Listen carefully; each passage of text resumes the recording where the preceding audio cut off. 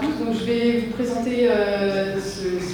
une communication qui est le fruit d'un travail collectif, donc, qui porte sur les ressources en eau et l'élevage laitier en Inde. Donc, l'Inde, comme vous pouvez le voir sur ce schéma, c'est le principal contributeur au prélèvement d'eau souterraine à l'échelle mondiale. Et depuis le démarrage de la Révolution verte, dans les années 70, c'est le secteur agricole qui joue un rôle majeur dans ces prélèvements, puisqu'il est responsable de 90% des extractions d'eau. Et d'après, vous voyez que c'est un mouvement qui est toujours en cours, hein, donc d'après les travaux de Shah conduits en 2009, il y avait 20 millions à peu près de forages en Inde, et s'ajoute chaque année 0,8 millions de forages. Donc ce qui est considérable. Alors cela se traduit déjà dans certaines zones de l'Inde par une surexploitation de la ressource en eau, avec des prélèvements qui excèdent les capacités de recharge naturelle, donc dans 15% des districts, hein, d'après ces évaluations qui datent déjà de 2008. Et autre point sur cette ressource en eau, c'est le lien indissociable entre ressources en eau et ressources en énergie fossile, puisque les 21 à 23 millions de pompes qui existent en Inde, en 1999, elles ont besoin pour fonctionner d'énergie fossile, d'électricité ou de diesel, et cette électricité étant pour 3/4 produite à partir d'énergie fossile. Donc c'est des questions qui sont vraiment totalement indissociables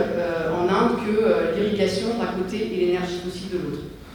Alors ce que vous savez sans doute par ailleurs, c'est qu'à partir de 70, l'Inde a également connu un autre processus de développement qui s'appelle la Révolution blanche, qui l'a hissé au rang de premier producteur mondial de lait à partir de la fin des années 90, avec une croissance, comme vous pouvez le voir sur ce graphique, continue et très forte de cette production laitière, de l'ordre de 4% par an depuis 1970, d'après les données statistiques. Alors cette communication,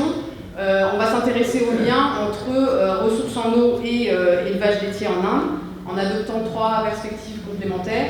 D'abord en s'intéressant à l'économie politique des révolutions vertes et blanches,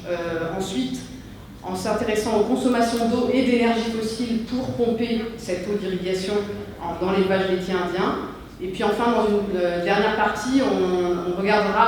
cherchera à évaluer à l'échelle d'un village, cette fois-ci à un niveau beaucoup plus restreint, l'impact de l'élevage sur la qualité de l'eau.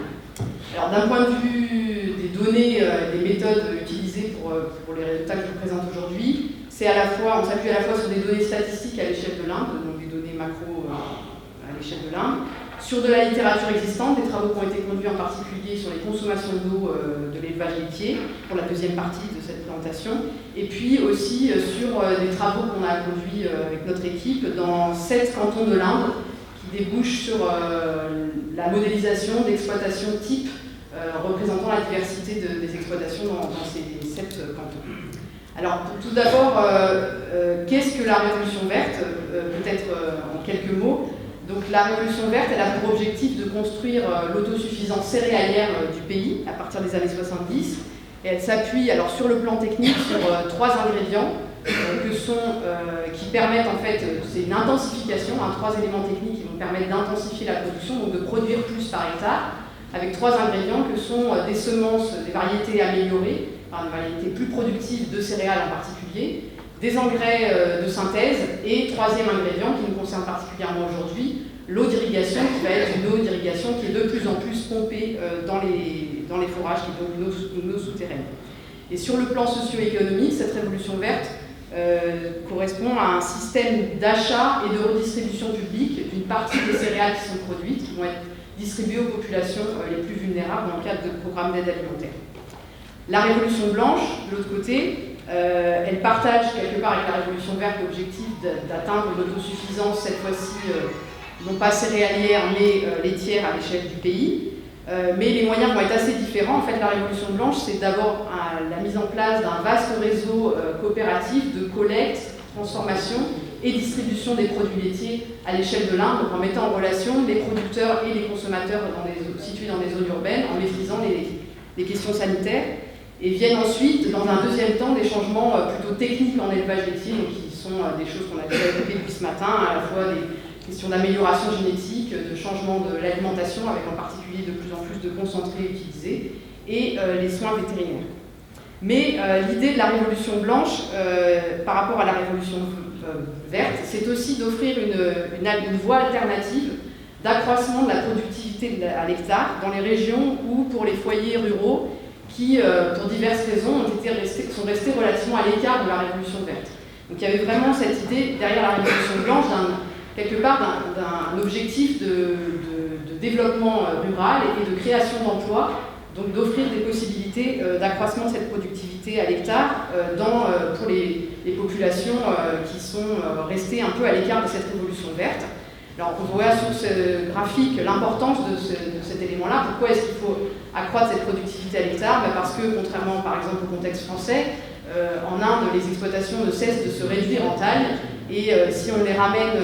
par actifs agricoles, puisqu'il y a en plus une partie non négligeable de la population active indienne dans l'agriculture qui n'a pas de terre, qui sont des travailleurs sans terre, on a 0,65 hectares par actif agricole de disponible, donc ce qui est extrêmement faible et qui en plus diminue.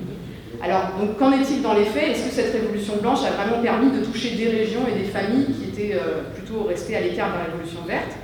Alors, on va le voir d'abord avec une compréhension de dans quelles régions sont concernées par la Révolution blanche, avec ces différentes cartes dans lesquelles on voit la densité de bovinés en Inde, avec les buffles qui apparaissent en rouge et les bovins de race locale en bleu et ceux croisés en beige. Et puis la disponibilité de lait par habitant et par an sur la carte de droite. Alors on repère avec ça des zones qui sont quand même plus fortement productrices de lait que d'autres. C'est le cas notamment du nord de l'Inde, mais aussi de certains États du sud de l'Inde. Et puis ce qu'on voit ensuite sur cette autre carte, on a essayé de croiser ces deux éléments, donc les surfaces irriguées, le pourcentage de surfaces qui sont irriguées, d'un côté, et de l'autre, les industries coopératives de collecte, les industries coopératives laitières, qui figurent avec ces points rouges. Alors, sans rentrer forcément plus dans le détail que ça, ce qu'on repère, c'est qu'il y a des zones qui sont peu irriguées et qui ont une production laitière relativement importante. Alors, c'est en particulier le cas de l'État du Gujarat, qui est situé ici, et l'État de l'Andhra Pradesh, au sud de l'Inde. Il y a aussi des zones comme par exemple le Bengale occidental qui sont des zones à l'inverse assez irriguées et dans lesquelles il y a peu de production laitière. Il y a un cheptel qui est important mais surtout des races locales qui produisent assez peu de lait. Donc on a bien ces éléments, mais sinon en règle générale ce qu'on repère c'est quand même une assez bonne superposition entre les espaces irrigués et les espaces qui produisent beaucoup de lait en Inde. Et donc une relative superposition finalement de ces espaces touchés par la Révolution verte et la Révolution blanche, ce qui s'explique en fait tout d'abord par le rôle clé qui est joué dans l'alimentation animale des résidus de culture des deux grandes cultures irriguées de la Révolution verte, que sont le blé et le riz, dont les pailles vont être une ressource alimentaire absolument essentielle pour l'élevage laitier indien. C'est également lié, cette superposition des zones, au développement des cultures fourragères, qui est timide. Il faut savoir que l'Inde a le plus grand cheptel de bovinés au monde, mais seul 5% de sa superficie agricole est consacrée à des cultures fourragères. Donc ça reste un développement qui est très limité. Ce développement est limité, mais il est quand même réel, et ce sont toujours quasiment des cultures fourragères qui sont irriguées. Donc on a vraiment aussi cette association entre irrigation et développement des cultures fourragères. Et puis d'ailleurs, ces cultures fourragères irriguées, dans certaines régions, en particulier le nord de l'Inde, le Pendjab, l'Haryana, c'est des États dans lesquels les cultures fourragères irriguées vont s'insérer entre les deux grandes cultures de la Révolution verte, que sont le blé et le riz. Donc entre la culture de blé et de riz, on va intercaler une culture fourragère irriguée qui va permettre de nourrir des animaux. Alors qu'en est-il maintenant de la répartition de la Révolution blanche quelque part entre les familles? À l'échelle de l'Inde, tout d'abord, on peut avoir une lecture avec ces grands chiffres qui sont très globaux. Donc, suivant les estimations, vous voyez que ça fait déjà beaucoup, c'est pas du simple au double, il y a entre 40 et 90 millions de fermes qui produisent du lait en Inde. Et ce qu'on peut repérer, c'est que la taille moyenne des troupeaux est extrêmement réduite, avec 3 bovins au buffle par élevage qui en possèdent, d'après le recensement, et un accès à la terre. Pour l'instant, ça ne nous dit pas forcément grand-chose sur l'accès à l'eau, mais l'accès à la terre qui est très restreint, avec 70% des bovins et des buffles de l'Inde qui sont dans des fermes disposant de moins d'1 hectare de terre de culture, et pour certains, comme on va le voir, qui sont sans terre. Alors on va essayer d'aller un petit peu plus loin sur cette question des familles qui ont accès à l'élevage laitier et à l'eau d'irrigation, en présentant cette analyse donc un peu plus approfondie dont je vous parlais, menée à partir de travaux diagnostiques agraires dans 7 cantons de l'Inde, donc en partie dans l'état du Gujarat, dans la plaine du Gange, au Bihar, et puis dans le sud, à proximité du plateau du Décan, ou sur le plateau du Décan. Alors ce qui ressort de cette analyse, avec cette typologie relativement simplifiée, des exploitations qui produisent du lait dans les 7 cantons, qu'est-ce qu'on peut voir? C'est qu'il y a en gros 3 grands types d'exploitations qui produisent du lait dans ces cantons. Tout d'abord des grandes exploitations patronales, alors qui vont de 4, mais ça peut même être 3 dans certains cas. Je sais que ça peut surprendre, notamment pour les Européens, mais une grande exploitation en Inde, déjà dans certaines régions, avoir 3 hectares, en particulier s'ils sont irrigués, c'est déjà considéré comme vraiment une grande exploitation. Donc qui ont accès à l'irrigation, des petites exploitations familiales qui vont avoir entre 0,3 et 3 à 4 hectares, qui vont être pour certaines irriguées et pour d'autres non. Et enfin, des élevages sans terre, donc qui n'ont pas de terre, et donc par définition pas d'accès à l'irrigation pour eux. Et en fait, ce qu'on constate, c'est qu'on a une diversité des ressources alimentaires qui vont être utilisées dans ces exploitations pour alimenter les animaux, avec en gros une place importante des concentrés achetés et surtout des cultures fourragères irriguées pour les catégories d'exploitation qui ont accès à l'eau d'irrigation, une place centrale quasiment pour tous les systèmes d'exploitation des résidus de culture et une place importante aussi de la végétation spontanée, en particulier pour les exploitations qui n'ont soit pas accès à l'eau d'irrigation, soit pas accès à la terre. Alors, ce qu'on repère, c'est que dans la plupart des cantons étudiés, en fait, les exploitations qui contribuent le plus à la production laitière du canton, d'après notre analyse, ce sont plutôt les petites exploitations familiales avec au moins une partie de leurs terres qui sont irriguées. Alors pourquoi? En fait, les grandes exploitations, dans la plupart des cantons, elles vont avoir tendance, quand elles ont accès à plus de foncier et d'eau, à consacrer ces ressources à d'autres cultures irriguées qui sont plus rémunératrices que l'élevage laitier. Donc, dans bien des cas, elles vont même jusqu'à abandonner l'élevage, ces grandes exploitations. Et quant aux petites exploitations familiales qui n'ont pas d'accès à l'eau ou les éleveurs sans terre, les volumes de lait qu'ils produisent à la fois par animal et par exploitation sont très faibles du fait des disponibilités fourragères plus faibles de ces exploitations-là. Mais en revanche, en termes numériques, ces exploitations sont très nombreuses dans certains cas et donc elles peuvent contribuer quand même à produire beaucoup de lait à l'échelle de ces cantons. Et puis il faut aussi signaler que ça constitue un revenu, ça peut constituer une part très importante de leurs revenus que cet élevage, même si il produit peu. Et donc ce qu'on peut dire en conclusion de cette analyse, c'est que c'est donc vrai que la Révolution blanche concerne des familles qui sont tout de même moins bien dotées en ressources foncières et hydriques que celles qui ont bénéficié de la Révolution verte, avec toutefois un accès à l'eau d'irrigation pour les petites exploitations familiales qui va stimuler tout de même la production laitière, comme on en a parlé. Alors ensuite, qu'est-ce qu'on peut dire des consommations d'eau et d'énergie fossile pour l'irrigation dans l'élevage laitier indien? Tout d'abord,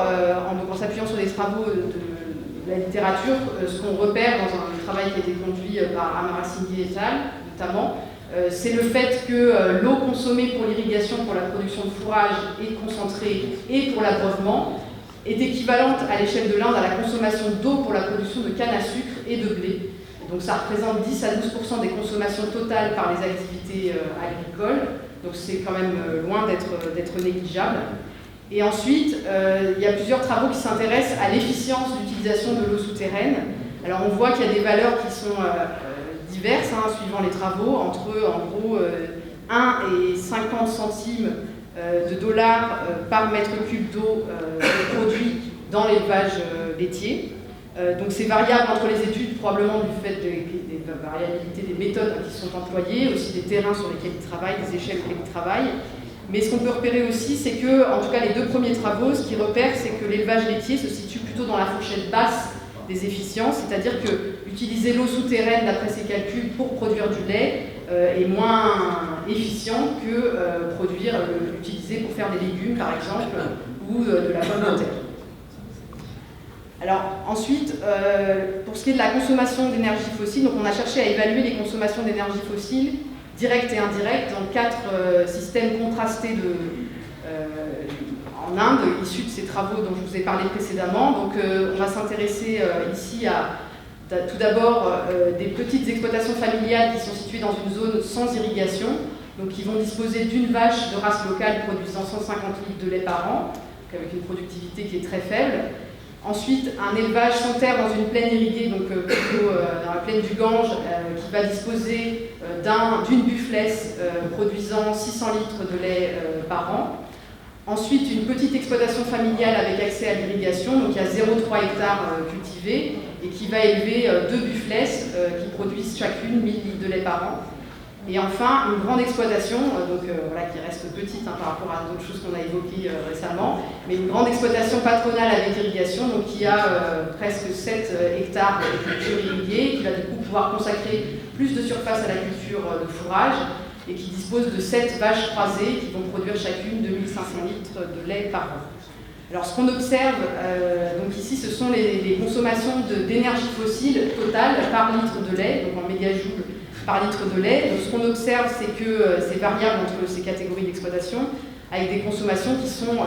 globalement plus élevées pour les 2 catégories d'exploitation qui ont accès à du foncier irrigué.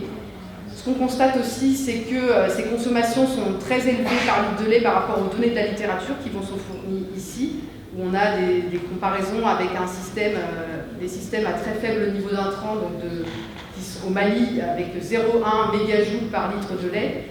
et à l'inverse, dans des systèmes européens à très forte consommation d'intrants, on est à seulement, par rapport au cas qu'on étudie en Inde, 6,6 mégajoules par litre de lait de consommation d'énergie fossile. Donc cette place par rapport aux données de la littérature, ça s'explique notamment, pour la comparaison avec le cas de l'Europe, par le faible rendement laitier des animaux, c'est-à-dire que comme on ramène la consommation d'énergie fossile par litre de lait et que ces vaches et ces bufflesses produisent très peu de lait, voilà, c'est un des éléments qui joue. Et l'autre élément, c'est le recours important aux intrants pour l'alimentation des animaux dans ces systèmes d'élevage. Donc lié à l'énergie fossile qui est nécessaire pour produire et transporter les concentrés achetés, donc c'est ce qui apparaît en vert, c'est quelque part la consommation d'énergie fossile virtuelle, pour reprendre un peu les termes qui étaient évoqués tout à l'heure. C'est de l'énergie fossile qui est utilisée pour fertiliser, pour produire les fertilisants chimiques qui apparaissent en rouge, et pour irriguer, donc ce qui est apparaît en bleu, les cultures fourragères et les résidus de culture qui sont produits dans l'exploitation ou localement. Donc, au total, la consommation d'énergie fossile qui est imputable à l'irrigation des seuls fourrages, on a considéré ici que les fourrages,